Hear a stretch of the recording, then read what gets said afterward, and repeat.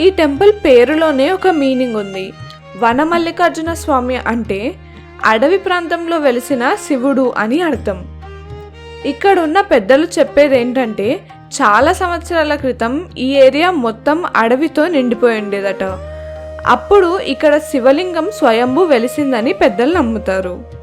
స్వయంభూ ఆలయాలలో ఈ ఆలయం కూడా ఒకటి.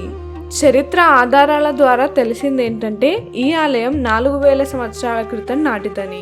అప్పటి నుండే ఈ ఆలయంలో చాలా రకాల నాగుపాములు సంచరిస్తూ ఉండేవి. ఈ ఆలయానికి ఒక ప్రత్యేకత ఉంది. అదేంటంటే ఏ ఆలయాన్ని చూసుకున్నా భక్తులు అభిషేకాలు చేసే అదృష్టం ఉండదు, కానీ ఈ ఆలయంలో ఉన్న స్వామివారికి నేరుగా భక్తులే తమ చేతులతో అభిషేకాన్ని చేసే అదృష్ట భాగ్యం కలిగించారు.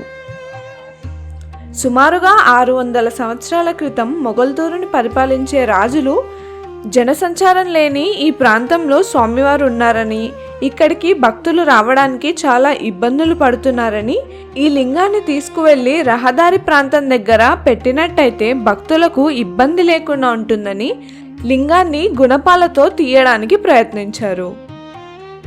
కానీ ఇక్కడ మనకి కనిపించే లింగం 8వ భాగం అని, దాని కింద భూమి లోపల 7 లింగాలు ఒకదానిపై ఒకటి పేర్చినట్లుగా ఉన్నాయని, అది కాకుండా తవ్వే కొద్దీ లింగం బాగా పెద్దదిగా పెరిగిపోతుందని, చివరిగా 8వ భాగం దగ్గర తవ్విన తర్వాత అక్కడ శివలింగానికి గుణపం తగలడంతో రక్తం ఏరై పారిందని, అది చూసిన అక్కడి వారు భయంతో యథావిధిగా తవ్విన మట్టిని కప్పి చేసిన తప్పుకి స్వామివారికి క్షమాపణలు కోరి స్వామివారికి రోజు పూజలు చేయడం ప్రారంభించారు.